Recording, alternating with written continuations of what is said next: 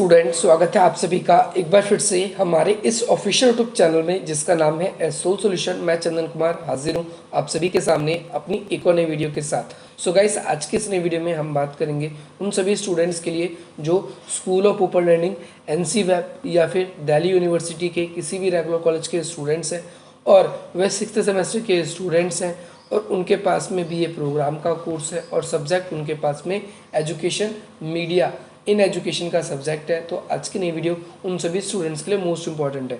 आज हम आप सभी के लिए एक इंपॉर्टेंट टॉपिक के बारे में डिस्कस करने वाले हैं जो कि है डिजिटल शिक्षण अधिगम संसाधन कौन कौन से हैं। आपसे ये शॉर्ट नोट में पूछा जा सकता है। डिजिटल शिक्षण अधिगम, सबसे पहले डिजिटल शिक्षण है क्या, आप सभी को ये क्वेश्चन समझाना है क्योंकि आप सभी इस सबसे शिक्षण सबसे वाकिफ होंगे। शिक्षण का मतलब होता है टीचिंग करना, पढ़ाना। तो आज के समय में जो कोविड का टाइम अभी थोड़ी दिन पहले गुजरा ही है, अभी सब कुछ नॉर्मलाइज हुए हैं, तो हम देख सकते हैं कि डिजिटल शिक्षण जो है ये कोविड के दौर में बहुत ज़्यादा इंपॉर्टेंट बन गया था, स्टूडेंट्स के लिए भी और टीचर्स के लिए भी। क्योंकि अगर शिक्षा का प्रसार रुक जाता तो आज हम शायद जिस विकास गति पे हैं उस विकास गति पे नहीं रहते। इसीलिए डिजिटल शिक्षण जो है अधिगम ये हमारे लिए बहुत ज़्यादा इम्पॉर्टेंट है। तो डिजिटल शिक्षण अधिगम क्या है, इसके कुछ उदाहरण दे रहे हैं आपको, सिर्फ इसके तरफ एग्जाम्पल्स बता। तो सबसे पहले डिजिटल शिक्षण अधिगम संसाधन क्या है, तो वो सभी संसाधन, वो सभी चीज़ जो हमें डिजिटली टीच करने में, डिजिटली पढ़ाने में हमारे लिए हेल्पफुल है, वो क्या कहलाते हैं, डिजिटल शिक्षण अधिगम संसाधन कहलाते हैं। तो यहाँ पर लिखा भी हुआ है आप सभी के लिए, हमने विभिन्न गैर डिजिटल शिक्षण अधिगम संसाधनों की व्याख्या की है। जैसा कि आप सभी ने स्कूल के अंदर जो गैर डिजिटल है, जैसे फॉर एग्जांपल क्लासरूम है, वो एक गैर डिजिटल शिक्षण अधिगम का उदाहरण है। इस इकाई में हम क्या पढ़ेंगे, डिजिटल शिक्षण अधिगम के बारे में व्याख्या की गई है और जिनके उपयोग में शिक्षण अधिगम उद्देश्य यानी शिक्षा का जो किस तरीके से नया रूप आया है कि लोगों तक इसका प्रचार प्रसार किया जाए, चलिए समझते हैं। तो कोई भी शिक्षण अधिगम जिसकी गतिविधि निर्देशन के लिए अधिगम सुगम बनाने के लिए डिजिटल उपकरणों का उपयोग किया जाता है। यही पर लाइन है सबसे इम्पोर्टेंट कि वह शिक्षण या वह टीचिंग प्रक्रिया, वह शिक्षण प्रक्रिया जिसके अंतर्गत डिजिटल उपकरणों का उपयोग किया जाता है वह डिजिटल शिक्षण अधिगम संसाधन कहलाता है, जो कि शिक्षकों और छात्रों को सीखने और सिखाने में सहायता प्रदान करता है। सीखने और सहायता प्रदान कैसे करता है आप सभी को पता है। जैसे वर्चुअली मैं आज आप सभी के लिए ये वीडियो रिकॉर्ड कर रहा हूँ और इस वीडियो को रिकॉर्ड करने का जब मैं इसको अपलोड करूँगा यूट्यूब पे तो आप इसको देखोगे तो ये आप इसको डिजिटली पढ़ सकते हो। आप मेरे से कोसों दूर हो, किलोमीटरों दूर हो, बहुत दूर हो आप मेरे से, लेकिन फिर भी आप मेरे द्वारा इस तैयार किए गए कंटेंट को आप अच्छी तरीके से पढ़ पाओगे। तो एक माध्यम तो ये हो गया। दूसरा माध्यम हम देखते हैं कि अलग अलग तरीके आपके, चाहे वेबएक्स हो गया, जूम हो गया, गूगल मीट हो गया, तो उसके अलग अलग और भी ऐप्स होते हैं।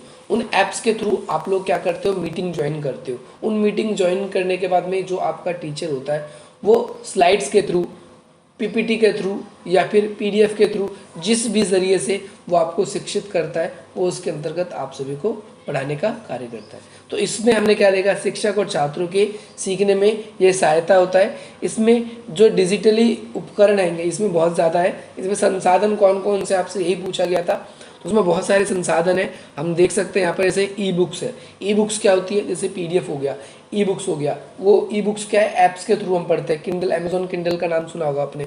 इसके अलावा कंप्यूटर, टेलीविज़न, रेडियो है ना, इसके बाद आईपॉड्स, टैबलेट, कैमरा, ऐसे बहुत सारी चीज़ें हैं। आपने इन सभी के बारे में आपने सुना भी होगा, आपने ब्लॉग्स देखे होंगे, आपने ई कंटेंट देखे होंगे, ई लर्निंग देखे होंगे, ऐप्स देखे होंगे, ईमेल्स के थ्रू होगा, चैट रूम के थ्रू होगा या अलग अलग और भी वर्चुअली वीडियो कॉल के थ्रू होगा, रेडियो के थ्रू होगा, वेबिनार के थ्रू होगा।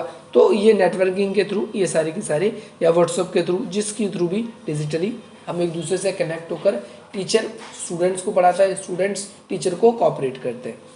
इसके अलावा डिजिटल शिक्षण अधिगम संसाधन वे शिक्षण संसाधन है जिसकी प्रकृति क्या है, डिजिटली है। प्रकृति डिजिटली होने का मतलब यह है कि टीचर जो है वो डिजिटली रूप से अपने स्टूडेंट्स को पढ़ाते हैं और इन यंत्रों का उपयोग करके या फिर इंटरनेट के माध्यम से अपने विशिष्ट सॉफ्टवेयर एप्लीकेशन को इंस्टॉल करते हैं। इंटरनेट के माध्यम से वो खास तरह के सॉफ्टवेयर को क्या करते हैं, इंस्टॉल करते हैं, डाउनलोड करते हैं और उसके माध्यम से आज वर्तमान समय में, जैसा कि मैंने अलग अलग आप सबको गूगल मीट, जूम, वेबएक्स, ऐसे और भी बहुत सारे ऐप्स हैं, एप्लीकेशंस को, इन सबको डाउनलोड किया जाता है और उसके बाद में टीचर और स्टूडेंट दोनों के फ़ोन में ये सेम चीज़ होनी चाहिए। फिर एक मीटिंग वो ऑर्गेनाइज करता है, जो भी करना चाहे उसके बाद में उस लिंक के थ्रू उसको ज्वाइन करना पड़ता है। तो एप्लीकेशन सॉफ्टवेयर का उपकरण में कई सारी चीज़ें शामिल हैं, उसके अंदर बहुत सारी चीज़ें होती है, मैपिंग होती है, डिजिटल ऑनलाइन लर्निंग होती है, डिस्कशन होता है उसके अंदर, या और अलग अलग प्रकार की चीज़ें उसके अंदर देखने को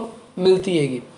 इसके अलावा हम इसके अंदर लाइब्रेरी, ई लाइब्रेरी भी आजकल होती है, जैसे कि एसओएल आप सभी को ये सर्विस प्रोवाइड कराता है खुद ही, पुष्कर लाइब्रेरी की, है ना। जो इग्नू वाले हैंगे वो अपना ई ज्ञान कोश आप सभी के साथ शेयर करते हैं। तो अलग अलग तरीके के ये वर्चुअली प्लेटफॉर्म है, इन प्लेटफॉर्म्स के थ्रू जुड़कर हम अलग अलग तरीके की चीज़ों को अपने तक ग्रहण करते हैं और उन चीज़ों के थ्रू हम एक दूसरे से जुड़ते हैं।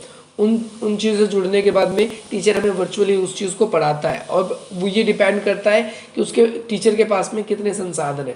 अगर उसके पास में अच्छे संसाधन है तो अच्छा वीडियो कंटेंट बनता है, अच्छा लेक्चर बनता है। अगर अच्छे संसाधन नहीं है, माइक की खराबी है, साउंड की प्रॉब्लम है, रिकॉर्ड नहीं होता, स्पीकर की प्रॉब्लम है, जो भी प्रॉब्लम है, तो उसकी वजह से ये अधिगम इतना ज़्यादा कंफर्टेबल फिर नहीं हो पाता।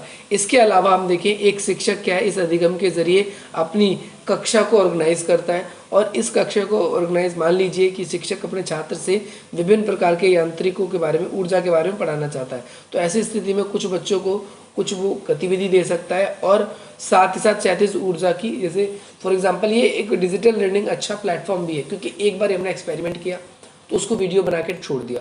तो अब जब कभी भी हमें आवश्यकता पड़ेगी तो हम उसके थ्रू क्या कर सकते हैं, हम लोगों को दिखा सकते हैं। जैसे हर लैब्स के अंदर हर चीज़ें नहीं होती, बुक्स का आविष्कार क्यों हुआ, क्योंकि हर समय एक ही चीज़ को करके दिखाना मुश्किल होगा, इसीलिए बुक्स वगैरह में जो चीज़ें लिखी है उसे पढ़ के भी हम डायरेक्टली लगातार बार बार ही उसको हम समझ सकते हैं। तो ये भी हमारे लिए एक इम्पॉर्टेंट चीज़ है। इसके अलावा आप सभी के लिए एक वीडियो है जो कि वर्चुअल मोड पर उपलब्ध है। आप इस लिंक को अपने उस पर टाइप करोगे तो आप यहाँ से देख सकते हो, या यूट्यूब पे आपको बहुत सारी वीडियोस वैसे भी मिल जाएगी, इसके थ्रू भी आप वहाँ पर देख सकते हैं कि एक टीचर जो है अपने स्टूडेंट्स को कैसे पढ़ाता है, किन किन चीज़ों की आवश्यकता पड़ती है ना, एप्लीकेशन का, किस एप्लीकेशन का उपयोग कर रहा है ना। तो ये भी नोट किया जाना चाहिए कि डिजिटल यंत्र जो है उसका उपयोग शिक्षक जो है वो योजनाबद्ध तरीके से या आसान तरीके से, सृजन तरीके से कर भी पा रहा है कि नहीं, वो अपने जो भी स्टूडेंट्स हैं उनको अच्छी तरीके से समझा पा रहा है कि नहीं, ये बहुत ही ज़्यादा इंपॉर्टेंट बन जाता है। और जो सेशन चल रहा है टीचिंग का, वो सत्र चल रहा है, उसके अंदर स्टूडेंट्स को कितना समझ में आ रहा है, ये भी हम लोगों के लिए एक बहुत ज़्यादा इंपॉर्टेंट पार्ट बन जाता है। तो यही था आप सभी के लिए।